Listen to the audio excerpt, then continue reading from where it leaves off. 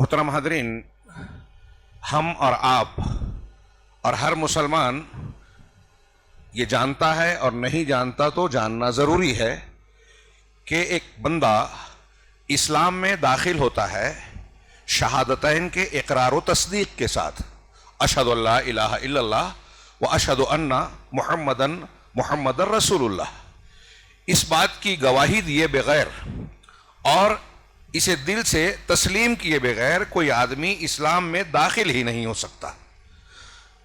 اور ایک چیز جو اس کے ساتھ میں جاننا ضروری ہے کہ پہلا کلمہ لا الہ الا اللہ، جس کو کلمۃ الاخلاص، کلمۃ التقوی، کلمہ توحید، العروۃ الوثقی اور بہت سے نام دیے گئے ہیں جو اس کی فضیلتوں پر دلالت کرتے ہیں، اس کو ماننے اور اللہ رب العالمین کے یہاں اس کے مقبول ہونے کی چند شرائط ہیں۔ وہ شرطیں ہمارے یہاں توجہ نہیں دی جاتی۔ آپ عرب دنیا میں جائیں گے تو بچوں کو یاد کرایا جاتا ہے، کے جی والے زمانے میں انہیں حفظ کرایا جاتا ہے کہ لا الہ الا اللہ کے قبول ہونے کی شرطیں کیا کیا ہیں۔ شرط نہیں ہوگی تو مشروط نہیں ہوگا، اس کا کہنا فائدے مند نہیں ہوگا۔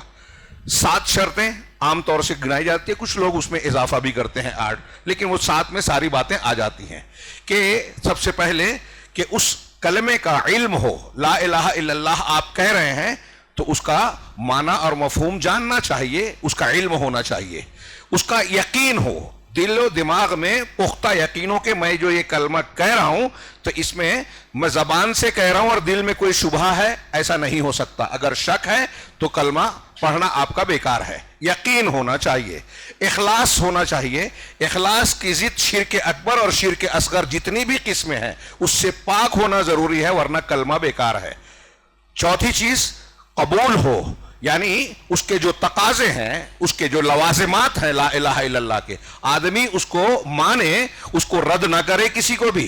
انقیاد ہو، یعنی لا الہ الا اللہ کے کلمے کے جو تقاضے ہیں اور اس سے جو چیزیں لازم آتی ہیں کہ جب ہم نے اللہ کو قابل عبادت جانا کہ اس کے سوا کوئی معبود برحق ہے ہی نہیں، تو اس نے جو قانون، اصول، ضابطہ، دین ہم کو دیا ہے بلا چون چرا تسلیم کر لیا جائے، اس کی خبروں کو مان لیا جائے، ہماری عقل میں آئے کہ نہ آئے، کسی کو کوئی بات سمجھ میں آئے نہ آئے، اللہ نے کہا اسے ہم مانتے ہیں، تو قبول بھی کیا جائے، انقیاد بھی ہو، صدق ہو، یعنی زبان سے آپ کہہ رہے ہیں لیکن دل آپ کا مطمئن نہیں ہے، سچے طور سے نہیں ہے، تو اس کی سچائی کا علم ہو، منافقین کی طرح نہیں کہ زبان سے کہہ رہے ہیں اور دل اس کو جھٹلا رہا ہے، سچائی ہو۔ آخری چیز کہ اس میں اس کلمے کو کہنے کے سلسلے میں بندے کے اندر اس کلمے کی محبت ہو، کلمے کی محبت، کلمہ پڑھنے والوں سے محبت، اور پھر اس محبت کا تقاضا یہ ہے کہ اس کی بنیاد پر کسی سے تعلق اور دوستی کرے، کسی سے دشمنی کرے تو اسی کی بنیاد پر۔ ہاں، اگر کوئی کلمہ نہیں پڑھتا تو ہمارا بھائی نہیں ہے، کلمہ پڑھنے والا ہے تو وہ افریقہ کا کالا انسان ہو، امریکہ کا گورا انسان ہو، آسٹریلیا کے کسی دیہات میں رہنے والا ہو، وہ ہمارا بھائی ہے۔ اس کو چوٹ لگے گی تو ہمیں درد محسوس ہونا چاہیے۔ یہ لا الہ الا اللہ کی شرطیں ہیں میرے بھائیوں، اور لا الہ الا اللہ کی جو 7 شرطیں میں نے بیان کی بہت ہی سرسری انداز میں، وہی 7 شرطیں محمد رسول اللہ صلی اللہ علیہ وسلم اس کلمے کو یا دوسری شہادت کو ماننے کی بھی ہیں۔ علم ہو، یقین ہو، صدق ہو، اخلاص ہو، انقیاد ہو، ہاں، محبت ہو، ہاں، تابعداری، ہاں، ایک صدق ہو، تو ایسے 7 شرطیں اس کی بھی ضرورت ہے جس میں انقیاد بھی آ گیا اور محبت بھی آ گئی۔ مجھے عنوان دیا گیا ہے کہ رسول اللہ صلی اللہ علیہ وسلم سے محبت اور اس کے تقاضے۔ اللہ کے رسول صلی اللہ علیہ وسلم سے محبت کیے بغیر ایک آدمی صاحب ایمان ہو ہی نہیں سکتا، یعنی یہ شرط میں سے ہے۔ ایک طریقے سے یہ کہیں کہ جب ہم کلمہ پڑھ رہے ہیں تو کلمے کے پڑھنے کے ساتھ ساتھ اس سے محبت کر رہے ہیں، محبت نہیں ہے تو کلمے کا وجود ہی نہیں ہوا، اللہ کے یہاں قابل قبول اور اس کی کوئی حیثیت و اعتبار ہی نہیں رہا۔ تو ہمارا کلمہ معتبر ہو اس کے لیے ہمیں اس سے محبت ہونی چاہیے۔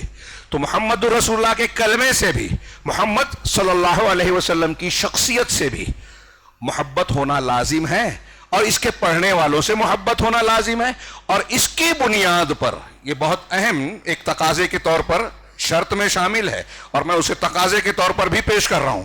یہ دھیان رکھیں کہ ہماری دوستی اور دشمنی کی بنیاد یہ ہوگی. ایک آدمی لا الہ الا اللہ نہیں کہہ رہا ہے تو ابو لہب کے جو بیٹے، ابو لہب کے بیٹے جو مسلمان ہوئے، اس کی 3 بیٹیاں مسلمان ہوئی، وہ بھی پڑھتی تھی تبت یدا ابی لہب وتب.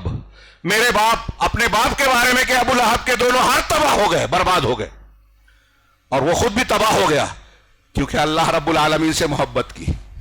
ہاں، میرے ہاتھ میں کاغذ ہے، اس میں کچھ واقعات ہیں، شاید وقت کی تنگی سے میں پیش نہ کر سکوں. عبداللہ بن ابی بن سلول، راس المنافقین تھا نا عبداللہ بن ابی، ان کا بیٹے عبداللہ سچے مسلمان. غزوے سے لوٹتے ہوئے جب اس نے یہ کہا تھا کہ لَإِن رَجَعْنَا إِلَى الْمَدِينَةِ لَيَخْرُجَنَّ مِنْهَا الْأَعَزُّ مِنْهَا الْأَذَلُّ، سورہ منافقون میں آیت ہے کہ ہم مدینہ میں جب پہنچیں گے تو ہم میں جو عزت والا ہے وہ بے عزت لوگوں کو، کم ذلیل لوگوں کو نکال دے گا. اس سے مراد عزت والے کی خود کی تھی اور ذلیل آدمی سے اللہ کے رسول صلی اللہ علیہ وسلم کو مراد لیا تھا. بعض لوگوں نے آ کے شکایت کی. اس شکایت کے بعد جو بات چیت چل رہی تھی، اس تناظر میں عبداللہ کو، بیٹے کو، یہ خبر پہنچی کہ اللہ کے رسول صلی اللہ علیہ وسلم شاید میرے باپ کو قتل کرنا چاہتے ہیں، کروانا چاہتے ہیں. خود سے پہنچے. اسود الغابہ میں علامہ نووی نے نقل کیا یہ واقعہ. خود سے پہنچے اور کہا کہ اللہ کے رسول، مجھے ایسا پہنچا، معلوم ہوا ہے کہ عبداللہ کی، یعنی میرے باپ کی جو بات آپ تک پہنچی ہے، اس کے سلسلے میں آپ ان کو قتل کرنا چاہتے ہیں. اگر ایسا ہے فَمُرْنِي أَحْمِلُ رَأْسَهُ إِلَيْكَ، تو مجھے حکم دیجئے اس کا سر کاٹ کے آپ کی خدمت میں پیش کروں گا. اللہ کے لیے محبت، اللہ کے لیے نفرت. غزوہ بدر میں ابو عبیدہ بن جراح نے اپنے باپ کی گردن کاٹی. حضرت عمر فاروق نے اپنے سگے ماموں کو قتل کیا. اور ایسے کئی صحابہ نے اپنے رشتہ داروں کو کوئی دریغ نہیں کیا کہ یہ اللہ اور اس کے رسول کی دشمنی میں آئے ہیں تو ہمارے دشمن ہیں. نسب کوئی معنی نہیں رکھتا، خونی رشتہ کوئی معنی نہیں رکھتا.